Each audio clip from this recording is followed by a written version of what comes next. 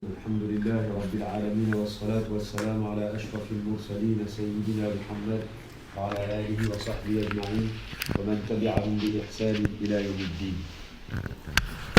Chers frères, chères sœurs, nous sommes toujours en train de parler de l'au-delà et nous avons passé dans l'exposé l'étape de la tombe.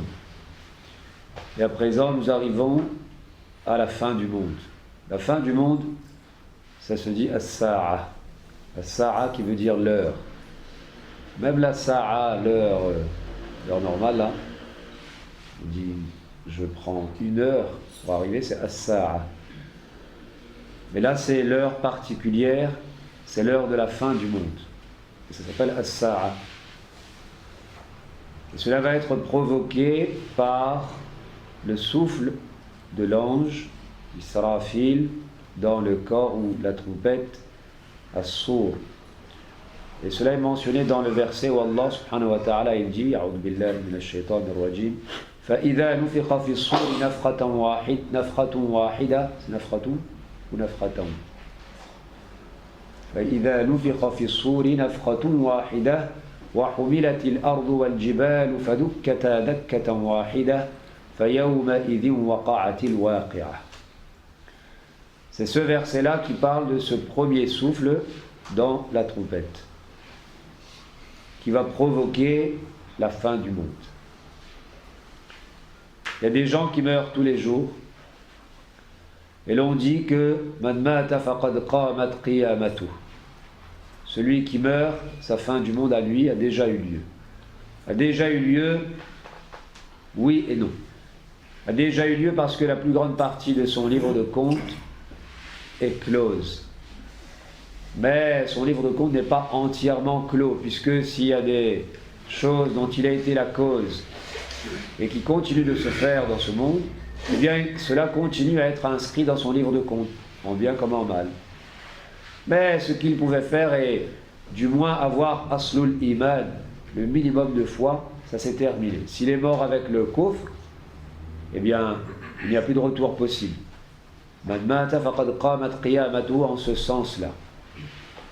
Mais ensuite, il y aura la grande fin du monde, là où tous les êtres humains mourront. On avait parlé la fois dernière à savoir si tous les êtres vivants, alors Allah subhanahu wa ta'ala bien sûr il reste, et est-ce qu'il n'y aura pas d'autres êtres vivants, d'autres créatures qui vont rester ou pas? Vous vous souvenez, on avait fait allusion à ça lors de la séance questions-réponses de la fois dernière. On ne va pas y revenir, mais en tout cas, tous les êtres humains, eux, ils mourront. Et ensuite, plus tard, Allah subhanahu wa ta'ala, il va faire la résurrection de ces humains. Alors, il y a as-sa'a, et plus tard, il y aura al-ba'th. Al-ba'th signifiant la résurrection. Les gens sortiront de leur tombe. Ça c'est mentionné dans Suratu Yasin. Yawma yunfakhu fi s-suri wa nufikha fi s-suri wa nufikha fi s-suri fa idha hum min al-ajdathi ila rabbihim yansilun. On soufflera dans la trompette ou dans le corps, traduction possible, et voilà que sortant de leur tombe, ils se dirigeront vers leur Seigneur. Alors Allah subhanahu wa ta'ala, il ne sera pas là encore. Ce sera la plaine du jugement. Et là, ce sera Al-Hashr. Il y a donc As-Sa'a, la fin du monde. Plus tard, il y a Al-Ba'th, la résurrection. Et immédiatement Al-Hashr, qui veut dire le rassemblement. Tous les êtres humains, depuis le premier jusqu'au dernier, seront rassemblés là dans une plaine. Ce sera sur cette terre. Mais cette terre, elle aura été modifiée. Son apparence. يوم تبدل الأرض غير الأرض والسماوات وبرزوا لله الواحد القهار. Le jour où la terre sera changée en une autre terre et les cieux aussi, et qu'ils apparaîtront devant Allah subhanahu wa ta'ala, devant Allah l'unique et celui qui domine. Et dans l'autre verset, celui de Surah Taha, وَيَسْأَلُونَكَ عَنِ الْجِبَالِ, il te questionne au sujet des montagnes. J'arrête le verset là. À La Réunion, on est servi en termes de montagnes. Regardez ces grandes montagnes lorsque... Alors les gens aiment escalader. C'est bien, on fait des randonnées. Lorsqu'on est en haut de la montagne, on regarde ça, cette grosse masse-là qui est imposante. وَيَسْأَلُونَكَ عَنِ الْجِبَالِ. C'est pas les plus hauts sommets de la planète. Allah subhanahu wa ta'ala dit وَيَسْأَلُونَكَ عَنِ الْجِبَالِ فَقُلْ يَنْسِفُهَا رَبِّي نَسْفًا. Eh bien, dis-leur que ton Seigneur, il réduira ces montagnes-là. فَيَذَرُهَا قَاعًا صَفْصَفًا لَا تَرَى فِيهَا عِوَجًا وَلَا أَمْتًا. Et il laissera cette terre être une plaine dénudée, dans laquelle tu ne verras ni iwaj ni amt.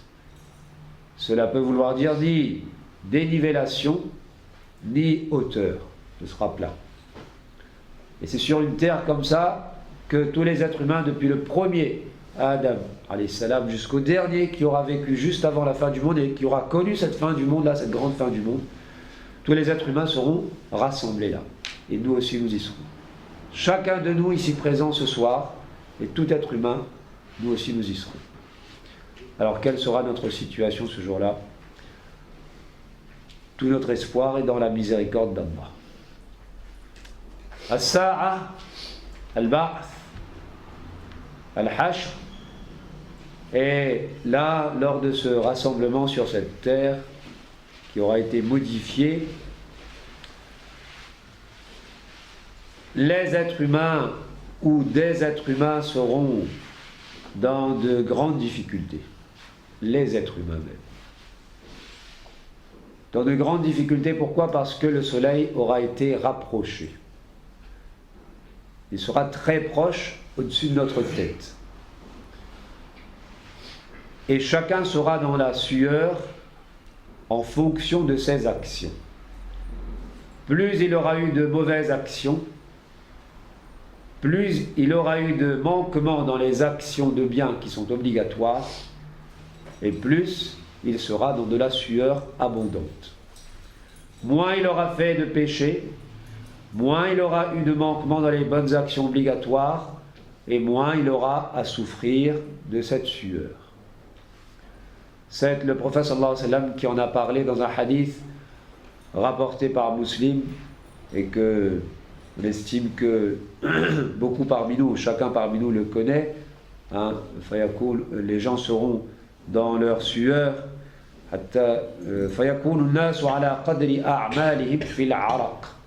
les gens seront dans la sueur à la mesure de leurs actions. Et puis il y a une suite dans ce hadith. Ceux qui seront croyants.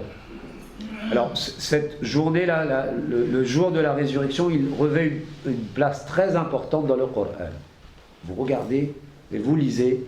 Il faut essayer de lire un petit peu. Ça ne se fait pas beaucoup, malheureusement, à La Réunion. Il faut essayer de regarder un petit peu la traduction du Coran. Qu'est-ce qu'Allah subhanahu wa ta'ala nous dit dedans? Alors, il y a la lecture cultuelle, de ibada pure, que l'on fait comme cela tous les jours. Il faut le faire. Et il y a aussi non, j'ai dit lecture cultuelle, je devrais dire récitation cultuelle que l'on fait tous les jours comme ça. Il y a aussi la lecture. La lecture, ça veut dire on cherche à comprendre qu'est-ce qu'Allah subhanahu wa ta'ala nous dit dedans. Alors si vous regardez le thème du jour de la résurrection et du conte, parce que c'est le conte il va venir juste après. C'est ce thème-là qui est très important et qui revient maintes et maintes fois dans le Coran. Pourquoi? Parce que c'est quelque chose de très important. Et Allah il nous dit même أَفَحَسِبْتُمْ أَنَّمَا خَلَقْنَاكُمْ عَبَثًا وَأَنَّكُمْ إِلَيْنَا لَا تُرْجَعُونَ. Est-ce que vous aviez cru que nous vous avons créé en vain et que vous ne serez pas retournés à nous? أَيَحْسَبُ الْإِنسَانُ أَن يُتْرَكَ سُدًى. Est-ce que l'être humain il pense qu'il va être délaissé comme cela? C'est-à-dire que aujourd'hui, et là c'est une parole de Ali radiyallahu anhu qui dit فَالْيَوْمَ عَمَلٌ وَلَا حِسَابٌ. Aujourd'hui c'est l'action. Alors quand on dit action, il s'agit de l'action de bien, et ce n'est pas que l'action extérieure, c'est la croyance aussi de bien, l'action du cœur qui est de bien, et l'action extérieure de bien.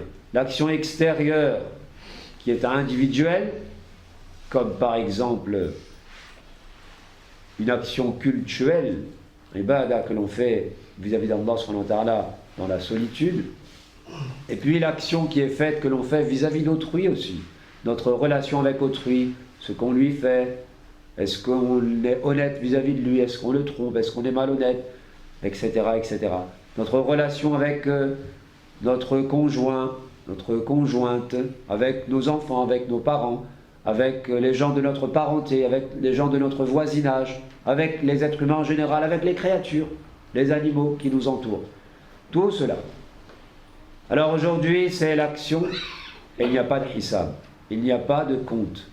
En fait, si, chacun est toujours responsable, même devant la société des hommes, devant le tribunal des hommes, de certaines actions qu'il a pu faire. Si on fait des graves crimes, alors c'est universel, on doit rendre des comptes devant le tribunal humain, c'est normal.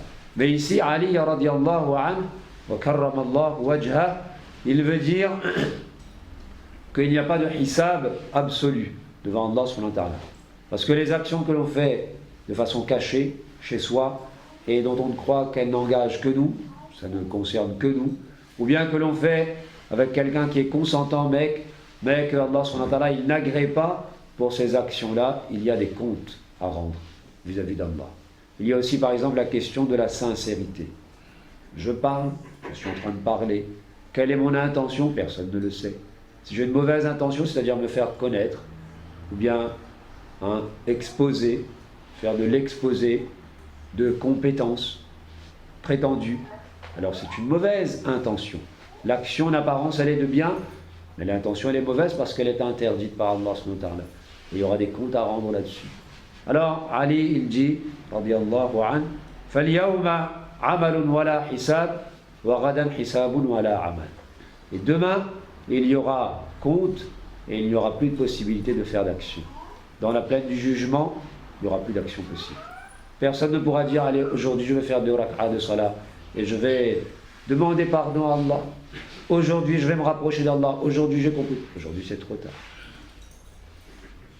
Dans cette plaine du jugement, donc, les gens seront à la faveur de leurs actions.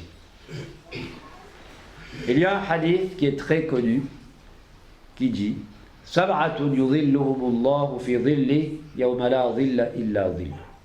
7 personnes, c'est-à-dire 7 catégories de personnes, sont telles qu'Allah leur fera ombrage, les abritera de son ombre le jour où il n'y aura d'ombre que son ombre.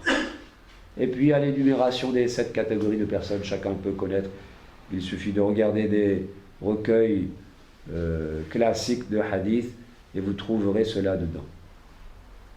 Quand sera cette idlal, le fait d'ombrager des bienheureux? Est-ce que ce sera immédiatement dans la plaine du jugement, dès qu'il y aura le hashr, le rassemblement, ou bien ce sera plus tard, lorsqu'Allah subhanahu wa ta'ala sera venu comme cela convient à sa majesté? Parce qu'il y a Sa'a al-Ba'th, al-Hashr, et ensuite il y a la venue d'Allah subhanahu wa ta'ala, précédée d'un nouveau souffle dans la trompette, ce sera donc le 3e, et cela est mentionné dans Surat al-Zumar, وَنُفِخَ فِي الصُّورِ فَصَعِقَ مَنْ فِي السَّمَاوَاتِ وَمَنْ فِي الْأَرْضِ إِلَّا مَنْ شَاءَ اللَّهُ ثُمَّ نُفِخَ فِيهِ أُخْرَى فَإِذَا هُمْ قِيَامٌ يَنْظُرُونَ وَأَشْرَقَتِ الْأَرْضُ بِنُورِ رَبِّهَا. Il sera soufflé, et ceux qui seront sur terre,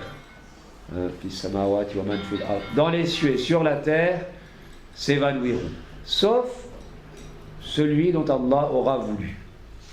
Il est possible que cela englobe Moussa alayhi salam, même si le prophète sallallahu alayhi wa sallam a dit que je ne sais pas, cela n'englobe pas. Et ensuite il sera soufflé une nouvelle fois, et voilà que les hommes seront debout regardant. Et la terre sera illuminée par la lumière de son Seigneur. Et le livre, c'est-à-dire les livres, les registres seront déposés. Ils seront placés, ils seront déposés, etc., etc. Alors là, ce sera, Allah subhanahu wa ta'ala, il viendra Oui, et c'est à cette occasion-là que le prophète sallallahu alayhi wa sallam il a dit. Alors j'ai oublié de vous dire tout à l'heure, tout le monde sait peut-être que le prophète sallallahu alayhi wa sallam il a dit que c'est lui, awwalu man yanshaqqu anhu al-qabr. C'est moi dont la tombe va s'ouvrir le premier. Ce sera la tombe du prophète sallallahu alayhi wa sallam qui va s'ouvrir en premier pour qu'il en sorte. Ça c'est lors de la résurrection bien sûr. Et lors de ce troisième souffle dans le corps, il y a que dans un autre hadith il est dit que les gens s'évanouiront et je serai le premier à revenir à moi. Ça c'est après le quatrième souffle. Et qu'est-ce que je verrai? Moussa en train, le prophète Moïse alayhi salam, Moussa donc en train de tenir un côté parmi les côtés du trône. Alors dans le hadith, le prophète sallallahu alayhi wa sallam dit, je ne sais pas s'il n'est pas tombé du tout sans connaissance, ou bien s'il sera revenu à lui avant moi. Alors on voit bien que là, il ne s'agit pas de la résurrection, il s'agit d'une occasion postérieure.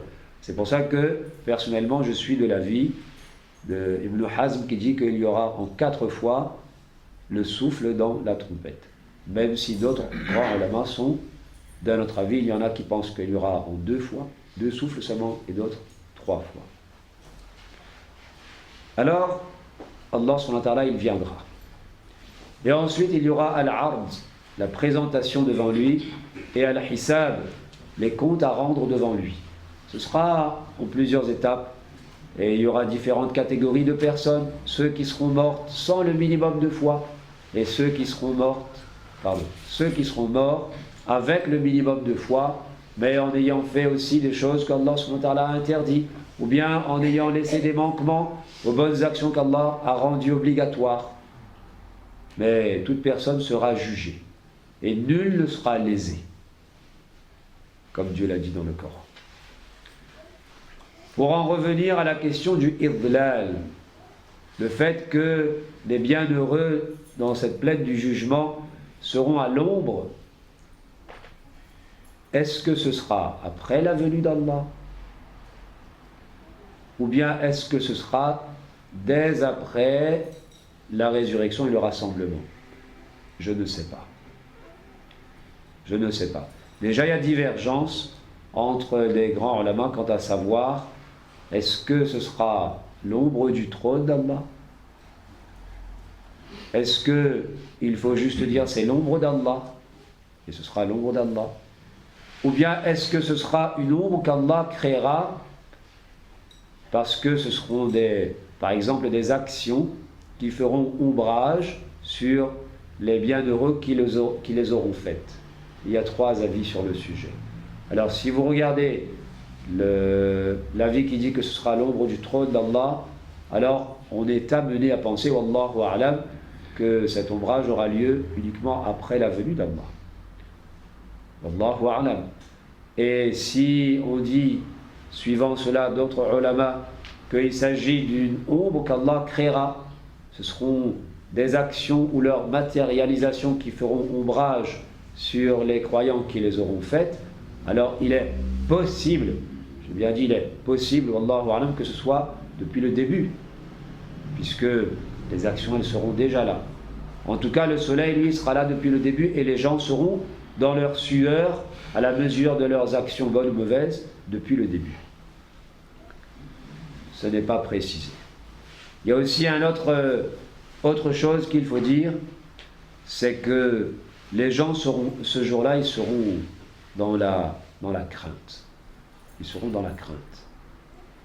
Et même les prophètes, alayhimussalam, ils vont dire, parce que avant qu'Allah subhanahu wa ta'ala vienne, lorsque l'humanité tout entière sera dans les difficultés qu'on a sommairement décrites tout à l'heure, rapportées, l'humanité tout entière se dira que voilà, regardez cette situation dans laquelle nous sommes, il faudrait aller trouver quelqu'un pour qu'il aille intercéder auprès d'Allah hatta yurihana min makanina hada, afin qu'il nous libère de cet endroit dans lequel nous sommes.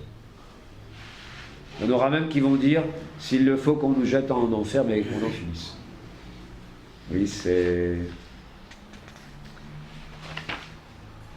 Alors...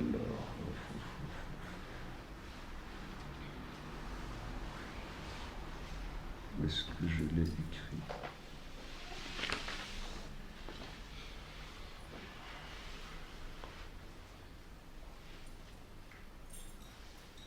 En fait, c'est l'attente. C'est l'attente qui sera... L'attente parce que si on veut avoir une image, toute proportion gardée, bien sûr, puisque la terreur sera très grande ce jour-là, une image possible, c'est comme si vous êtes arrêté. Vous êtes arrêté, tout un groupe de personnes. Vous êtes arrêté là parce que il faut passer une étape, une barrière par exemple, et vous ne savez pas qui va être gardé et qui pourra passer. Et là vous êtes dans l'attente comme ça, il fait chaud, vous n'avez rien à boire, vous êtes en pays étranger et vous ne savez pas qu'est-ce qu'on va faire avec vous.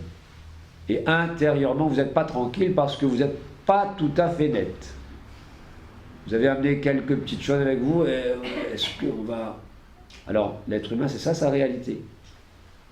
Les prophètes ils ne font pas de grands péchés, sur les petits péchés ils ne sont pas maintenus. Et d'autres personnes pensent que même les petits péchés, ils n'en font pas du tout. En tout cas, ce sont des êtres humains qui sont parfaits, et nous, on n'est pas parfaits. On a toujours des manquements.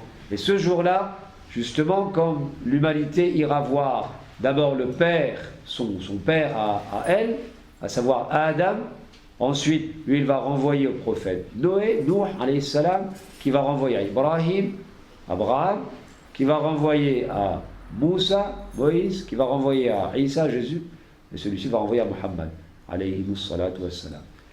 Et à part Rasulullah, sallallahu alayhi wa sallam, le dernier des prophètes, tous vont dire Inna Rabbi qad ghadiba al-yawma ghadaban lam yaghdab mithlahu qablu wa lan yaghdaba mithlahu ba'du.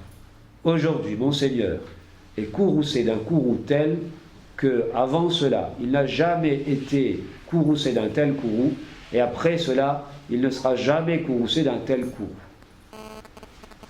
Dans une version, il y aura des prophètes qui diront nafsi, nafsi, nafsi, moi-même, moi-même, moi-même.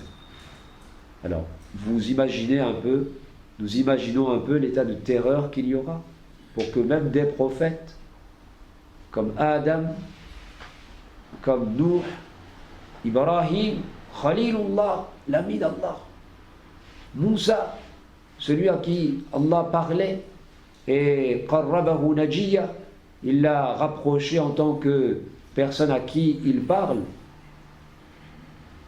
Hein? Allah a écrit la Torah pour lui de sa main,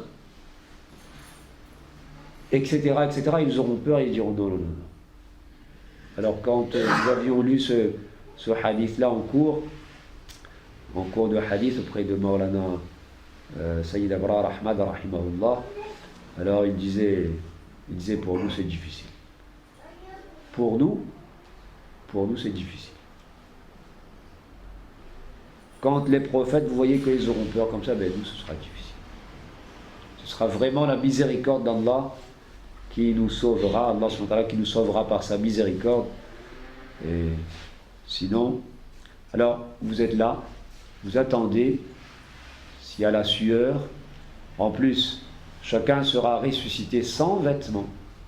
Ce sera pour montrer que voilà, vous êtes revenu comme vous étiez, et vous êtes dans le plus simple appareil. Alors lorsque le prophète sallallahu alayhi wa sallam il a raconté ça, il a décrit ça, Aïcha, son épouse, radiyallahu anha, elle a dit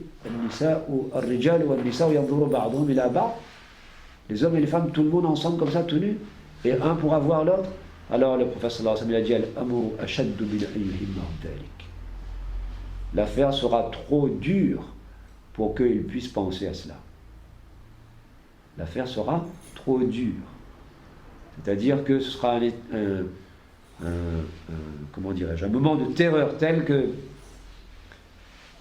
il n'y aura pas à regarder, mais les êtres humains, tout le monde sera présenté comme ça devant Allah, et là on devra rendre des comptes pour toutes nos actions, actions dans le sens large du terme, comme on l'avait dit tout à l'heure. Il y a aussi autre chose, c'est qu'il y aura des actions qui se matérialiseront ce jour-là, bonnes et mauvaises. Alors vous avez des hadiths que l'on connaît peut-être, sans doute. Alors déjà, il y a un aspect, c'est qu'il y aura des actions qui vont soit entraîner qu'on sera à l'ombre du trône d'Allah, ou bien à l'ombre d'Allah, ou bien que ces actions elles-mêmes, elles feront de l'ombre, les trois avis qu'on avait mentionnés tout à l'heure. Et en plus, il y aura des actions qui seront matérialisées. Il y a par exemple un hadith qui dit Yaji'ul Qur'an. Alors ici, le Qur'an, c'est Qira'atul Qur'an. La récitation du Coran qu'on aura faite, elle viendra.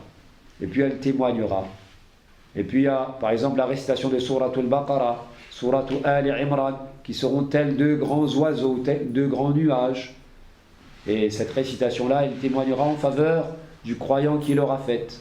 Alors ce sera un intercesseur supplémentaire. Et puis, il y aura par exemple que, le prophète sallallahu alayhi wa sallam, il a dit que les gens de ma Ummah, je les reconnaîtrai grâce à leurs membres, les membres que l'on lave pendant les petites ablutions, et ces membres-là, ils brilleront. C'est comme si quelqu'un, a-t-il dit, il a des chevaux tout noirs, et puis il y a des chevaux tout noirs, et puis lui, il a des chevaux avec une étoile sur le front et des balsames, je crois que ça s'appelle. Ce sont comment dirais-je, les couleurs qui sont sur les membres inférieurs. Alors il reconnaîtra immédiatement ces chevaux. Et bien c'est comme ça que je vais reconnaître les gens de ma Ummah. Alors si on a bien fait les petites ablutions 5 fois par jour, parce qu'on a fait aussi ces 5 salats, et que celles-ci auront été acceptées, Inch'Allah, eh bien nos membres brilleront. Ce sera un atout supplémentaire. Et si on n'aura pas fait, eh bien qu'Allah subhanahu wa ta'ala nous fasse miséricorde. Et il y aura les biens matériels qui sont sujets à la zakat normalement, et sur lesquels on n'aura pas payé la zakat. C'est une mauvaise action. Alors là, ce ne sera pas seulement la mauvaise action qui se matérialisera, mais ce sera le bien lui-même qui n'aura pas été touché par le bienfait de cette bonne action, puisqu'on n'aura pas fait. Ce bien lui-même, il viendra sous la forme d'un serpent. Le prophète sallallahu alayhi wa sallam a dit Shuja'an aqra' lahu zabibatan yutawwaqahu yawm al-qiyamah. Il sera mis autour de son cou. ثم يأخذ بلهزمتيه يعني شدقيه ثم يقول أنا مالك أنا كنزك. Et puis il le mordra près des commissures des deux lèvres, c'est-à-dire juste là, à l'espace des deux joues qui est proche des intersections des deux lèvres, et puis il lui dira je suis ton bien, je suis ce que tu avais thésaurisé. Là regardez, ce sera encore dans la plaine du jugement. C'est encore une forme de rétribution pour un mal ou pour un bien. Est-ce que lorsque ces personnes seront présentées devant Allah, il y aura toujours ça? Ou bien est-ce que là ce sera terminé et là il sera présenté tout seul? Je ne sais pas. Mais en tout cas ce sera dans la plaine du jugement. Ensuite il y aura la présentation devant Allah subhanahu wa ta'ala. Et la présentation, avant elle il y aura la distribution des livres, les registres des actions, dans lesquels on verra tout ce qu'on aura fait. Et avec ce registre-là, d'ailleurs, quand on lui donnera, on lui dira Iqra' kitabak. On dira à chacun regarde, lis-le, ton livre. Lis-le, ton livre. C'est-à-dire que ça, c'est en quelque sorte le registre de nos œuvres. Tout ce qu'on a fait, tout ce qu'on a dit, tout ce qu'on a pensé volontairement, toutes nos croyances, tout ça est consigné dedans. Et il y en aura qui diront Ma li hadha al-kitab la yughadiru saghiratan wala kabiratan illa ahsaha. Ah, qu'est-ce que c'est que ce livre-là? Il n'a pas laissé une petite chose, une grande chose, sans l'avoir consigné. Et avec ce livre-là, on sera présenté devant Allah. Alors Allah, le prophète sallallahu alayhi wa sallam, il a dit Ma minkum min ahad. Il n'y en aura pas un parmi vous, illa, sauf que, sans que. C'est-à-dire à chacun d'entre vous, Allah il parlera. Laysa baynahu wa baynahu tarjuman. Turjuman. Il n'y aura pas d'interprète entre lui et le serviteur. Et le serviteur là, qu'est-ce qu'il va faire? Fayanzuru aymana min. Il va regarder à sa droite, il va voir les actions qu'il aura envoyées. Parce que ce qu'on fait là, on en voit en quelque sorte. On en voit. On ne voit pas ce qu'on fait, mais c'est un monde. Allah il l'a créé comme ça, et ce qu'on fait, ça a une matérialisation, bien, c'est consigné quelque part. On peut toujours demander pardon à Allah. Et à ce moment-là, Allah il pardonne. Et fayanzuru aymana min, cette personne-là qui va parler, Allah subhanahu wa ta'ala va parler, le prophète sallallahu alayhi wa sallam dit en poursuivant qu'il va regarder à sa droite, il va voir ce qu'il aura fait. Il va regarder à sa gauche, il va voir ce qu'il aura fait. Il va regarder devant lui, il va voir l'enfer. Parce qu'à un moment donné, on va emmener l'enfer aussi. Ce seront des anges qui tireront l'enfer avec des laisses. Il y aura des milliers d'anges qui vont le tirer comme ça. Parce que c'est une créature très effrayante. Et il va regarder devant lui, il va voir que l'enfer. Alors le prophète sallallahu alayhi wa sallam dit Fattaqun nara walaw bi shiqqi tamra. Préservez-vous de l'enfer, fût-ce en donnant en sadaqa une partie de date. C'est-à-dire c'est une petite action à nos yeux, mais c'est une bonne action. Alors toute bonne action est bonne pour se préserver de l'enfer. Ensuite il y aura la présentation devant Allah subhanahu wa ta'ala, donc on en a parlé un petit peu, et il y aura le hisab. Il y aura le hisab. Alors il y a trois choses dans le hisab. Alors on ne parle même pas de ceux qui seront morts sans aslul iman, sans le minimum de foi. Est-ce qu'il y aura pesé aussi pour eux ou pas? Les avis sont divergents entre les ulama sur le sujet. Certains disent oui, et d'autres disent non. Bref. Qu'est-ce que c'est que le hisab? Eh bien, c'est les comptes, les questions, et le fait de regarder le registre des actions. Nous connaissons tous ce hadith où le prophète sallallahu alayhi wa sallam a dit que les deux pieds d'un serviteur ne bougeront pas jusqu'à ce qu'il ait répondu à telle et telle question. Tout le monde connaît. Et puis, il y aura le compte. Alors le prophète sallallahu alayhi wa sallam, il a dit celui à qui les comptes vont être pris avec niqash, c'est-à-dire avec discussion, celui-là est perdu. Il est perdu, c'est-à-dire quoi? Que ça n'augure rien de bon pour lui, pour la poursuite, pour la suite des événements. C'est-à-dire que si Allah a décidé de faire niqash dans les hisab avec quelqu'un qui est mort avec aslul iman, avec le minimum de foi, cela veut dire qu'Allah a décidé de le punir. Et pas de lui pardonner tout de suite, de lui pardonner plus tard, mais après lui avoir infligé une sanction temporaire. Alors lorsque Aïcha radiallahu anha, elle a entendu ça, elle a dit Allah ne dit-il pas que celui à qui le livre aura été remis dans la main droite, celui-là, il aura un compte facile. Elle voulait dire, radiallahu anha, que il y aura des gens qui auront des comptes, et ce compte-là sera facile. Or, toi, ya Rasulallah, tu dis que celui à qui le compte aura été pris, il sera perdu. Alors le prophète sallallahu alayhi wa sallam dit Innama dhalika al-'ard. Ce qui est évoqué dans le verset là, fasawfa yuhasabu hisaban yasira, le hisab yasir, le compte facile, ça ce n'est que la simple présentation. Mais lakin man nuqisha fil hisabi yahlik. Celui à qui le compte sera pris vraiment avec niqash, lui il sera perdu. Alors c'est quoi le ard? C'est juste une présentation. C'est-à-dire qu'on passe devant Allah subhanahu wa ta'ala, et puis dans un autre hadith rapporté par Ahmad, il y a yunzaru fi an yunzara fi kitabi fayutajawaza lahu anhu, qu'il sera regardé dans son registre et que le pardon lui sera accordé. C'est-à-dire, vous pouvez comprendre ça très facilement, quand toujours toute proportion gardée, bien sûr, on ne compare pas Allah à un être humain, laysa kamithlihi shay, mais il y a des exemples en ce monde.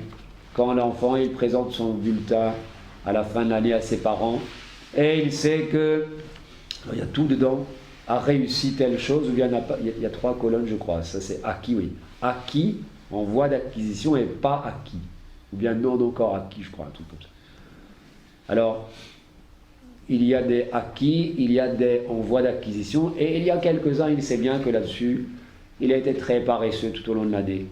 Alors lorsque la fin de l'année est arrivée, qu'il présente ça à son papa et à sa maman, alors il espère qu'on va regarder plus les acquis et qu'on va passer sur les non-acquis.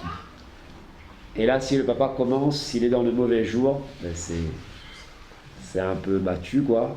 Il va se focaliser sur les non-acquis. Ah, il n'y a pas d'acquis là. Pourtant, j'avais beaucoup insisté sur ce point-là. Comment ça se fait? Et là, l'enfant, il sait que, hop, la suite n'est pas très très bonne pour moi. Et par contre, si le papa est dans son bon jour, d'ailleurs, s'il y a des très jeunes parmi nous, je vous donne le créneau, il faut choisir pour présenter le bulletin le jour où le papa est dans son meilleur jour. S'il est commerçant, c'est le jour où il y a eu une bonne vente, alhamdulillah, et la journée n'a pas été très très longue, donc tout va bien et il a eu une bonne nouvelle, ou bien voilà, etc. Ou bien il y avait un bon repas juste avant et il est... Bref, essayez de lui apporter ses pantoufles aussi, et puis ensuite vous lui présentez ça, comme ça, mine de rien. Malheureusement, vis-à-vis d'Allah, ce ne sera pas possible parce que c'est lui qui choisit. Alors c'est à celui à qui il voudra faire miséricorde, ben, il lui fera. Et celui à qui il ne voudra faire miséricorde qu'après avoir infligé une sanction temporaire, ben, il le fera. Notre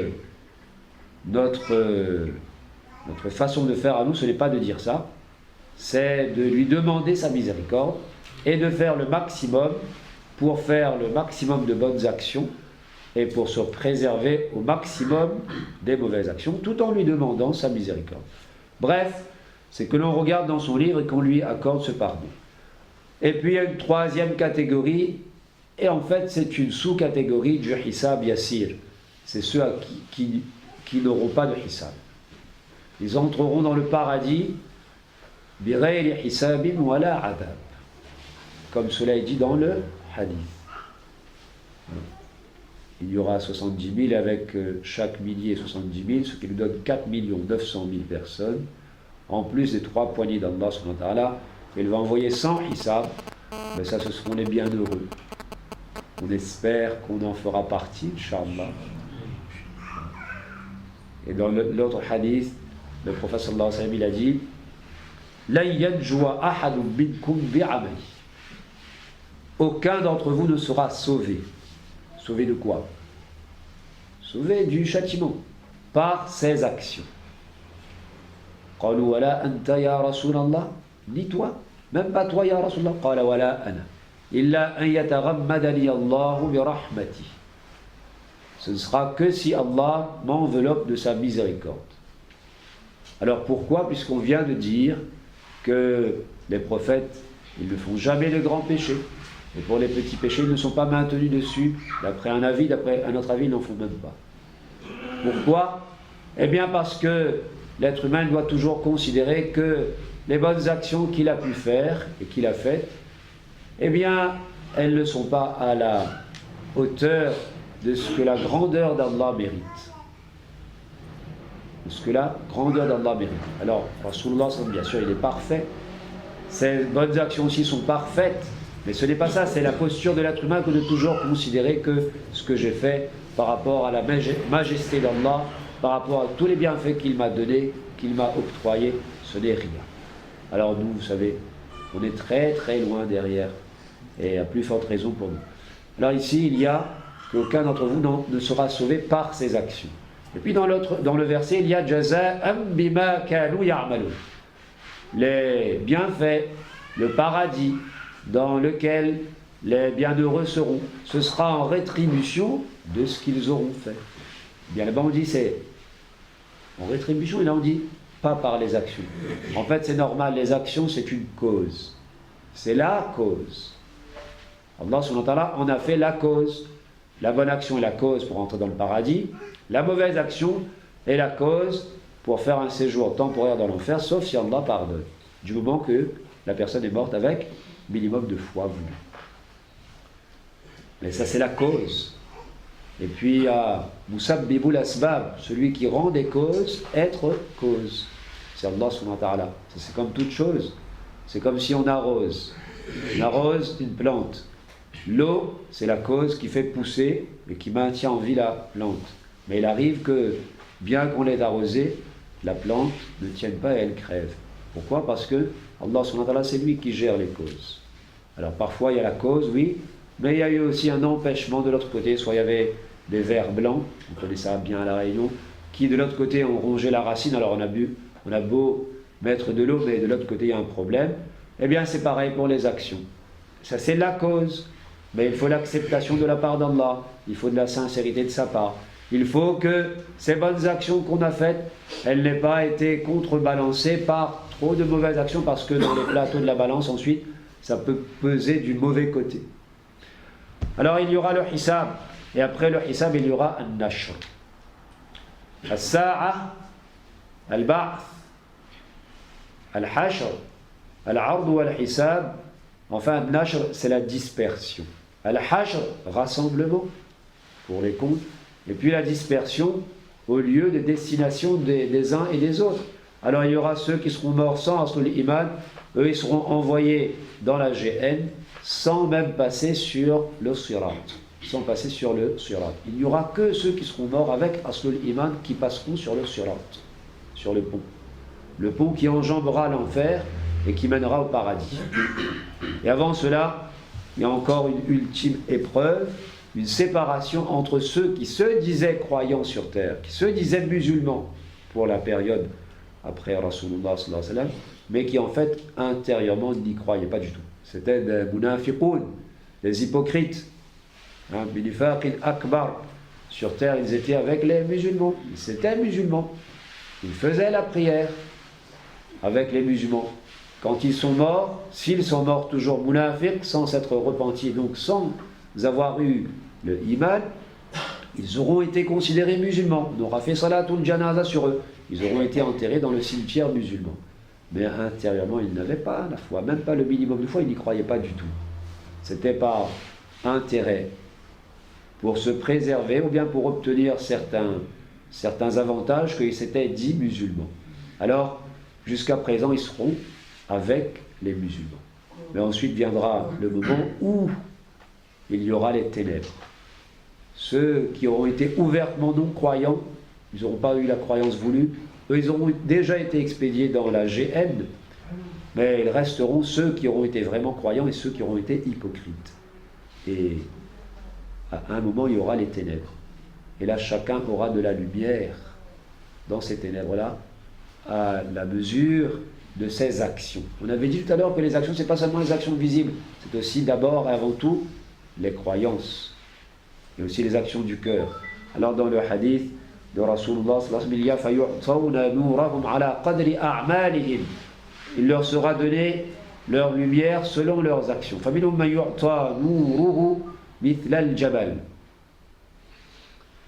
y en aura à qui sa lumière sera donnée, elle sera semblable à une montagne, une grosse lumière. Moins que cela. Il y en aura comme un dattier, moins que cela. Il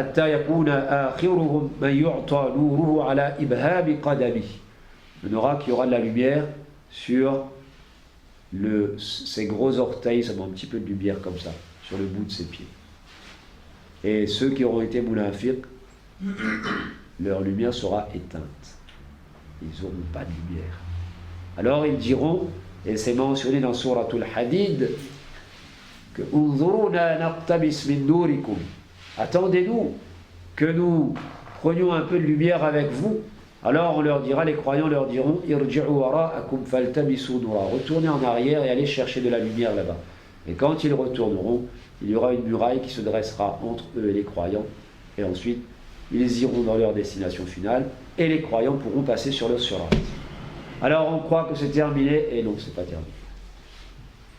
C'est pas terminé. La tarkabunna tabaqan an tabaq. C'est bien ça. Ya ayyuhal insanu innaka kadihun ila rabbika kadhan famulaqih. Il y a plein d'étapes comme ça. Et après, il y a le passage sur le sirat. Ultime épreuve. Il y en aura qui franchiront le sirat à une vitesse vertigineuse et ils arriveront directement dans le paradis.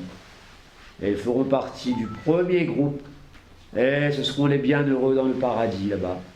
Ils participeront au banquet qui sera servi en l'honneur de ces gens-là. Et puis il y en aura malheureusement, ce sera un peu plus difficile, mais ils ne tomberont pas. ce sera l'ultime rétribution pour les mauvaises actions ou les manquements aux bonnes actions obligatoires. Ils seront un peu tailladés par les crochets qui toucheront les gens, les croyants lorsqu'ils passeront dessus, et il y en aura malheureusement. Ils seront happés par les crochets et ils tomberont et dessous il y a la GN. Et eux, ils feront un séjour temporaire dans la GN jusqu'à l'intercession de Rasulullah sallallahu alayhi wa sallam et des croyants qui seront entrés directement.